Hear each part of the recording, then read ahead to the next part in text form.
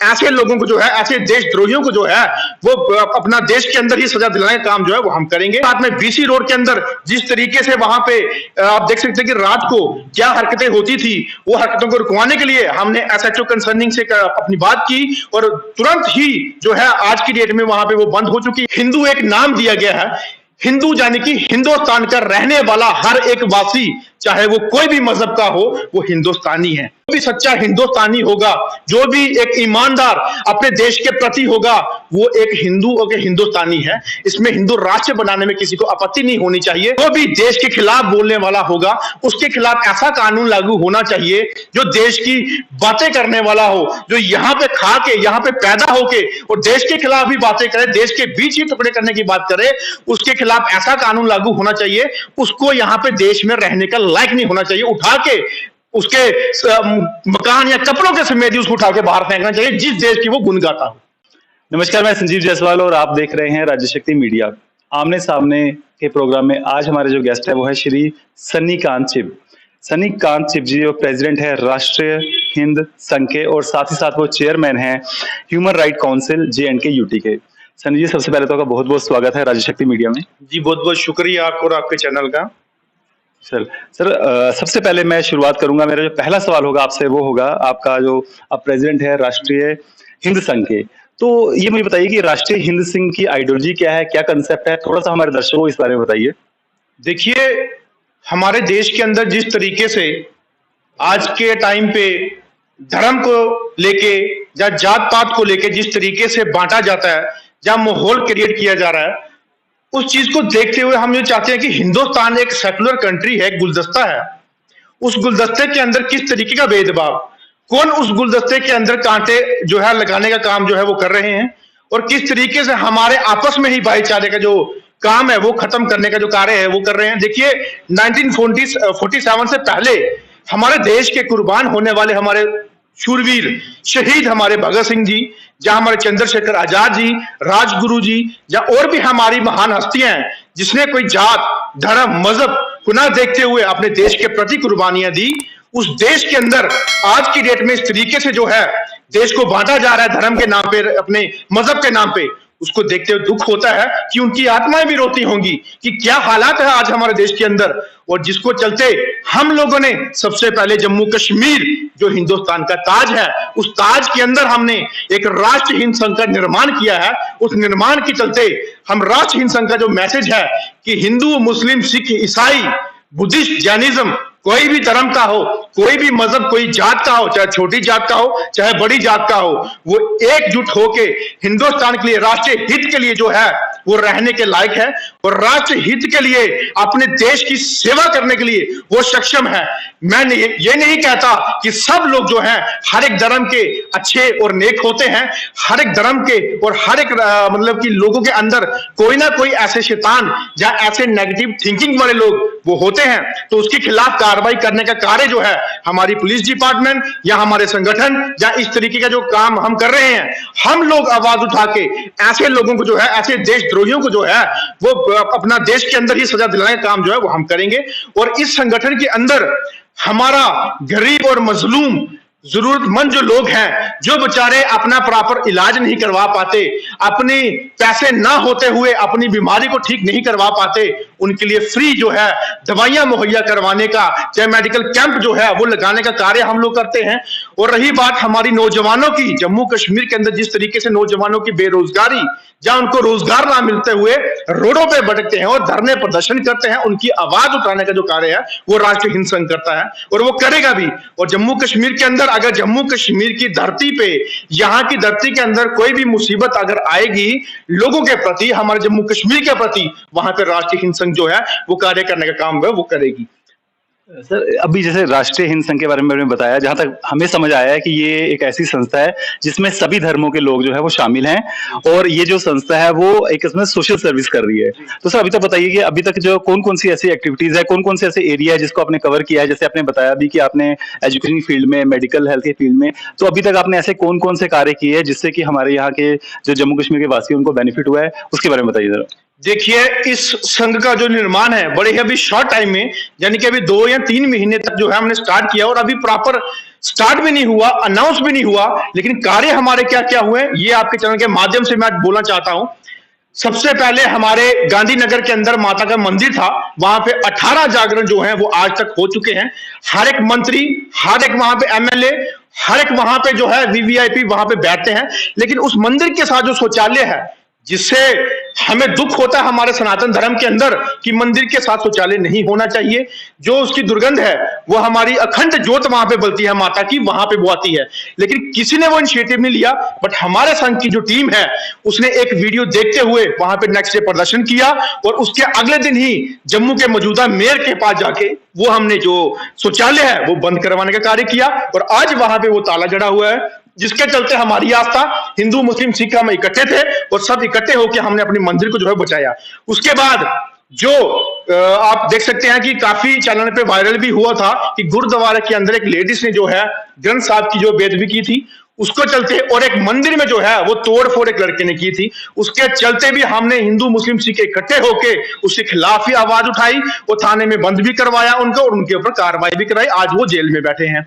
उसके बाद हमारे जम्मू कश्मीर के अंदर हमारे मेडिकल कैंप जो हैं, आरसपुरा हो, मीरा साहब हो, कंधवाल हो, हमारा अपना पॉलिटेक्निक कॉलेज हो, यूनिवर्सिटियां हो, हर जगह हमारे मेडिकल कैंप का जो है फ्री ऑफ सुविधा, चाहे वो आपकी आंखों का इलाज के लिए हो, चाहे आपका अपना फिजिकल फिटनेस के लिए हो, चाहे आपका ऑर्थोपैथिक हो, होम्योपैथिक हो, चाहे आपकी अपना फिजिशियन हो, हर एक का मेडिकल कैंप जो है वो कंबाइन हर एक एरिया में जो है वो करने का काम राष्ट्रीय हिंद संघ जो वो कर रही है और आने वाले दिनों में हर एक एरिया में जो है वो कार्य करेंगी। और कुछ हमारे जैसे किसी के साथ कोई गलत हुआ है, जैसे कि जगविंदर एक पुंछ के अंदर जो पुलिस का एक होनहार सिपाही है और एक स्पोर्ट्समैन है, उसके साथ जो कार्य हुआ है, उसके चलते हमने देखते हुए राष्ट्रीय हिंद संघ ने एक आवाज उठाई और डीजीपी साहब तक हमने आवाज पहुंचाई और तुरंत जो है वहां के एसएचओ को जो है लाइन हाजिर कर दिया गया। और साथ ही साथ में बीसी रोड के अंदर जिस तरीके से वहां पे आप देख सकते हैं कि रात को क्या हरकतें होती थी, वो हरकतों को रुकवाने के लिए हमने एसएचओ कंसर्निंग से अपनी बात की और तुरंत ही जो है आज की डेट में वहां पे वो बंद हो चुकी है। आज तक कोई एक्टिविटी नहीं होती, जिसके चलते हमें पहले शर्मसार होना पड़ता था, आज वहां पे पूरा बंद है। और इस तरीके की और भी इंटरनल एक्टिविटीज हैं कि किसी को राशन मुहैया करवाना, गरीबों का इलाज फ्री करवाना, यह सारा का सारा कार्य जो है वो राष्ट्रीय हिंद संघ काम जो करने के लिए आगे तैयार रहता है और आगे भी और भी करेगा। और हमारी जो टीम डिस्ट्रिक्ट पुंछ की है, चाहे वो राजौरी से है, अपनी अनंतनाग से है, जम्मू से है, बारामूला से है, वो पूरी की पूरी टीम है, इस टाइम एक्टिव है कि कोई ना कोई कहीं पे भी अगर ऐसी गतिविधियां होती हैं जो देश के खिलाफ हो, जहां किसी गरीब के लिए मतलब कि उसको फायदा पहुंचाने की बात हो, वहां पे बढ़ चढ़ के वो आगे आती हैं और अपने देश या अपने जम्मू कश्मीर के हित के लिए जो है आगे बढ़कर आती है। बहुत बड़ी संजीव जी, आप बताइए मेरे को। देखिए, अभी जैसे मैंने आपका सुना है कि आप धार्मिक गतिविधियों में भी काफी सम्मिलित रहे हैं और काफी कार्य कर रहे हैं, और जैसे अभी आजकल एक मुद्दा छाया हुआ है जिसके बारे में बात करना जरूरी समझूंगा, और अब वो है अभी हिंदू राष्ट्र के बारे में आपने कितनी बात सुनी है, तो मुझे बताइए कि आप इस बारे में क्या सोचते हैं, आपकी क्या राय है? हिंदू राष्ट्र होना चाहिए, नहीं होना चाहिए, किस तरीके से होना चाहिए, इसके बारे में अपने विचार रखिए। देखिए, हमारे देश के अंदर जो हर एक धर्म के लोगों के अंदर जो मानसिकता, जो विचारधारा आज की डेट में बन चुकी है, उसको चलते हुए हमारे देश के अंदर भेदभाव तो बढ़ ही रहा है। लेकिन हिंदू राष्ट्र यानी कि कहते हैं कि हिंदू राष्ट्र, देखिए मैं खुद एक सनातनी हूं, मैं हिंदू हमारा धर्म नहीं, हिंदू एक नाम है, बट धर्म मेरा वो सनातनी है। सनातनी उसको बोला जाता है जब से सृष्टि चली और जब खत्म होगी उसको बोलते हैं सनातनी। हिंदू एक नाम दिया गया है। हिंदू यानी कि हिंदुस्तान का रहने वाला हर एक वासी, चाहे वो कोई भी मजहब का हो, वो हिंदुस्तानी है। जैसे राष्ट्रीय हिंद की बात करता हूं, वैसे हिंदू राष्ट्र की बात करता हूं कि अगर ऐसी मानसिकता सबके अंदर पैदा हो जाए कि हिंदू राष्ट्र यानी कि हिंदुस्तानी, अगर जो भी सच्चा हिंदुस्तानी होगा, जो भी एक ईमानदार अपने देश के प्रति होगा, वो एक हिंदू और हिंदुस्तानी है। इसमें हिंदू राष्ट्र बनाने में किसी को आपत्ति नहीं होनी चाहिए। हिंदू राष्ट्र समझने वाले लोग होने चाहिए कि कौन हिंदू राष्ट्र समझने की परिभाषा इसको समझेगा तो हिंदू राष्ट्र के हर एक बढ़कर आगे आएंगे। और जो भी देश के खिलाफ बोलने वाला होगा उसके खिलाफ ऐसा कानून लागू होना चाहिए जो देश की बातें करने वाला हो, जो यहाँ पे खा के, यहाँ पे पैदा होके और देश के खिलाफ भी बातें करे, देश के बीच ही टुकड़े करने की बात करे, उसके खिलाफ ऐसा कानून लागू होना चाहिए। उसको यहाँ पे देश में रहने का लायक नहीं होना चाहिए। उठा के उसके मकान या कपड़ों के समेत उसको उठा के बाहर फेंकना चाहिए जिस देश की वो गुण गाता हो। जी सुनिए, अब बात करते हैं अपने जे.एन.के यूटी की। देखिए 370 खत्म होने के बाद आपको क्या लगता है कि राज्य जे.एन.के यूटी ने क्या पाया और क्या खोया है? इसके बारे में बताइए। ये सवाल तो आपने बड़ा अच्छा पूछा, क्योंकि हर टाइम हम मीडिया में इसी सवाल के लिए वेट करते हैं कि कब ऐसा सवाल है तो हम पूछेंगे। देखिए 370 और 35 से ये जो तोड़ा या इसको रिवोक किया, सबसे पहले है कि जब तक किसी स्टेट के अंदर असेंबली के अंदर ये जो ऑर्डर है अगर ये पास ना हो तो कोई भी एक्ट या कोई भी लॉ जो है वो नहीं बनता, ना ही वो टूटता है। लेकिन विदाउट असेंबली यहाँ पे जो है 370 और 35 से तोड़ा गया और बोला गया कि 370 और 35 से तोड़ने के बाद एक नया जम्मू कश्मीर बनेगा। जम्मू कश्मीर नया तो इन्होंने जो बनाया है वो भी आपके सामने मैं रखूंगा, लेकिन मुझे एक चीज बताइए कि हमारा 35 से 370 तो तोड़ा, बट एक रियासत हमारी जो कई सौ सालों से थी उसको यूटी क्यों बनाया? और अगर यूटी बनाया तो यूटी के अंदर जो फायदे होने चाहिए वो आज तक नहीं मुहैया हुए। और रही बात 370 और 35 से तोड़ने के बाद, मैं उसी का आपको जवाब दूंगा कि जम्मू कश्मीर के अंदर नया जम्मू कश्मीर एक ड्रग्स का अड्डा बना और नशेड़ी और ड्रग्स जो है जम्मू कश्मीर में आज पूरी एक बहुत ही उच्च स्तर पे है कि हर एक मतलब कि नौजवान ये सोचता है कि अगर मेरे पास नौकरी नहीं, अगर मेरे पास रोजगार नहीं तो मैं नशे की तरफ बढ़ूंगा।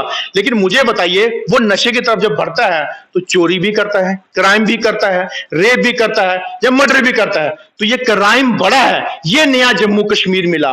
जो पढ़ लिख के बच्चे अपनी रिक्रूटमेंट में फॉर्म भरते हैं, अपनी नौकरियों के लिए दर बदर की ठोकरें खाते हैं, जब उनके फॉर्म भरे जाते हैं तो फिर उसके ऊपर स्कैम्स होते हैं, लिटिगेशनें लगती हैं, स्टे होता है और उसके बाद वही बच्चे रोडों पे आके प्रदर्शन करते हैं और अपने सिफारशी जो बाबूशाही करने वाले लोग, जहां यहाँ के मंत्री या सेंटर के मंत्री अपने ही कुछ चंद बंदे करके लगा के उन गरीबों का गला जब घोटते हैं तो रोडों पे प्रदर्शन करने के लिए नौजवान आते हैं और तभी जाके जम्मू का आज नाम है प्रदर्शनों, धरने, अखाड़ों और लिबार्टरी का जो है जम्मू कश्मीर बना दिया।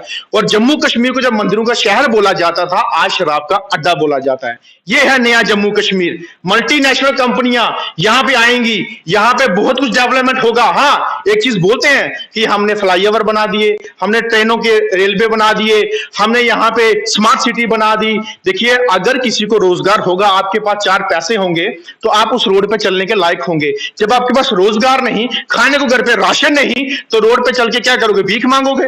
वो रोड भीख मांगने के लिए रखे इन्होंने, ना कि लोगों को चलाने के लिए। और चलने के लिए वही ठेकेदार, वही इनके अपने लोग वही होंगे जिन्होंने रोड बना के पैसे खा के अपना जेब भरा होगा। लेकिन गरीब, मजलूम, जरूरतमंद लोग जो हैं आज अपने घरों में बैठकर राशन के लिए गुहारें लगा रहे हैं।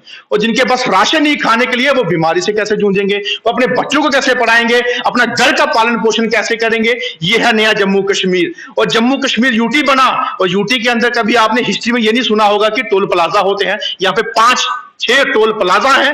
ये किस लिए? और जम्मू कश्मीर के अंदर सबसे बड़ी मार हमारे डेली वेजर्स की, जिसकी लड़ाई मैं पहले से लड़ते आ रहा हूं। पद यात्रा भी मैंने निकाली जम्मू से दिल्ली तक और डेली वेजर्स के हक और हकूक के लिए रोष रैलियां भी निकाली और आगे आने वाले दिनों में डेली वेजर्स के हक के लिए मैं प्रदर्शन धरने में भी बैठूंगा। और रही बात उनकी मिनिमम वेजेस एक्ट की, मुझे बताइए कि यूटी के अंदर जब पूरे स्टेट में हिंदुस्तान के सेंटर से जब एक ऑर्डर निकाला गया कि इन स्टेट में यूटी में जो है मिनिमम वेजेस एक्ट लागू किया अपना करना चाहिए, जम्मू कश्मीर में क्यों नहीं? ये है नया जम्मू कश्मीर। और जम्मू कश्मीर के हमारे सेंटर से माननीय हमारे होम मिनिस्टर जी रजौरी के अंदर जब ललकार रैली में बोलते हैं कि हम लोगों ने जो है मिनिमम वेजेस एक्ट लागू कर दिया, वो एक्ट है ही नहीं। लखनपुर के पास ट्रेन में वेट कर रहा है, शायद अभी आने में टाइम लगेगा उसको। तो इस तरीके से जो है जम्मू कश्मीर को बनाया गया है। मल्टीनेशनल कंपनियां, अरे यहां पे तो अगर एम्स बनाया जा रहा है या हाईवे बनाए जा रहे हैं, हमारे नौजवान घरों में बैठ के तड़प रहे हैं और बाहर से आके लोग वहां पे काम कर रहे हैं कि क्या हमारे नौजवानों को नौकरियां नहीं मिलनी चाहिए? क्या वो सक्षम नहीं है वो चीज करने के लिए? ये नया जम्मू कश्मीर। जम्मू कश्मीर जो बनाना चाहते थे वो बिल्कुल नहीं बना, जिसकी वजह से पूरे जम्मू कश्मीर की आवाम, पूरा यूथ जो है वो इनके खिलाफ है। देखिए मैंने आपका सोशल मीडिया का प्रोफाइल देखा है और काफी लोग आपको पसंद करते हैं, बहुत आप लोग चाहते हैं। तो आमतौर पर देखा जाता है कि जो आप इतने लोग अगर आपको चाहते हैं, प्यार करते हैं, जुड़े हुए हैं और कहीं ना कहीं जो सोशल सर्विस से जुड़े लोग हैं वो आगे जाके पॉलिटिक्स में आ जाते हैं। एग्जाम्पल के तौर पे अरविंद केजरीवाल का है। तो आप बताइए कि आपका क्या फ्यूचर प्लान है पॉलिटिक्स को लेके, आप क्या समझते हैं और आगे आप हमें कहाँ पे नजर आएंगे आगे? देखिए मैंने पहले जब भी शुरुआत की सोशल एक्टिविस्ट से की, और उसके बाद मैंने डीडीसी की जो इलेक्शन कंटेस्ट की सुचेतगढ़ से ब्लॉक से, तो वहां से मैंने इंडिपेंडेंट की, ना कि किसी पार्टी से। मुझे काफी पार्टी का ऑफर था उस टाइम कि आप हमारी पार्टी की तरफ से लड़िए, लेकिन मैंने किसी पार्टी का एक्सेप्ट नहीं किया, क्योंकि लोगों का विश्वास जीतना बहुत मुश्किल होता है और टोना 2 मिनट में टूट जाता है। लेकिन तब भी मैंने अपने आप को, चाहे मैं उसमें किस नंबर पे आया, फिर भी लोगों का काफी मुझे प्यार और सहयोग मिला, और आज उससे 10 गुना ज्यादा मुझे उस एरिया में जो है लोग लाइक करते हैं, क्योंकि मैंने अपनी जबान पे कायम रहा। फिर उसके बाद मुझे पार्टियों में आया भी गया भी, लेकिन जो चीज हम पार्टी के बाहर रह के कर सकते हैं लोगों के लिए, वो पार्टी के अंदर रह के नहीं कर सकते। और मैं आज तक अगर यहां हूं तो बिना पार्टी के सपोर्ट से हूं, और आने वाले टाइम पे, हाँ ये भी आपकी बात सही है कि किसी न किसी पार्टी का बैकग्राउंड या बैकअप होना भी चाहिए। अगर कोई ऐसी पार्टी मुझे लगेगी कि जो मेरी सोच विचारधारा है, मेरी विचारधारा से मेरे एरिया में अगर वो काम करना चाहेंगे, तो मैं उस पार्टी के साथ रहूंगा। अगर वो नहीं चाहेंगे तो मैं इंडिपेंडेंट हूं, क्योंकि जिसके साथ पब्लिक है, कहते हैं ना जनता सबसे बड़ी जनार्दन होती है, जिसके साथ पब्लिक है मालिक वही होता है, वही किंग मेकर होता है। और हम किंग मेकर बनना चाहते हैं, ना ही किंग बनेंगे। लेकिन उसके बाद हमारी लोगों की जो समस्या है, वो हम हल जो है उनके घर घर जाके करने की कोशिश करेंगे, और उनकी समस्या जो है वो भी हल करेंगे। लेकिन पार्टी अगर नहीं कर सकती, तो ऐसी पार्टी के साथ हम कभी चलेंगे जो हमारा साथ ऐसा ना दे। संजय, मेरा अंतिम प्रश्न आपसे ये रहेगा कि अभी अभी क्या प्रायोरिटीज हैं, कि अभी फ्यूचर में आप ऐसे 2-3 प्लान रही जो अभी आप करने वाले हैं, जिसको लेकर आप आगे बढ़ रहे हैं, जिससे कि हमारे इस यूटी को बेनिफिट होगा, यहाँ के यूथ को बेनिफिट होगा, तो वो आप प्लान हमें बताइए जरा। देखिए, अभी तो मैं कुछ दिनों के बाद दिल्ली मूव करूंगा। दिल्ली कुछ एक सेंटर मंत्री से हमारी मुलाकात है, उनको हम मेमोरेंडम भी देंगे, और मिनिमम वेजेस एक्ट के जो लागू करने की जो प्रक्रिया है, उनको जल्द से जल्द करवाने के लिए हम डिमांड करेंगे।